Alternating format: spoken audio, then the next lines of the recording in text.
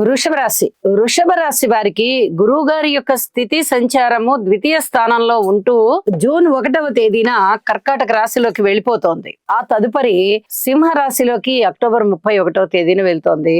అయితే ఈ రెండు సంచారాలు కూడా అంత అనుకూలంగా లేవు. గురువుగారు ఉచ్చలో ఉన్నప్పటికీ కూడా తృతీయ స్థానం అవుతోంది కాబట్టి అంత అనుకూలం అని చెప్పడానికి ఇక్కడ అవకాశం కనిపించడం లేదు. ఒక్క ద్వితీయ స్థానంలో ఉన్నప్పుడు మటుకు చాలా చాలా అద్భుతంగా యోగిస్తూ ఉన్నారు. ఇక మిగతా సంవత్సరం పొడుగుతా కూడా అంటే జూన్ 1 తదుపరి గురువు గారి యొక్క బలం తగ్గిపోతోంది. వృషభ రాశి వారికి శని గారి బలం మటుకు సంవత్సరం పొడుగుతా చాలా చాలా బాగుంది అని చెప్పి తెలియజేస్తున్నాను. ఇక రాహుకేతువుల బలాలైతే చాలా చాలా సాధారణంగా ఉన్నాయి అని చెప్పుకోవచ్చు.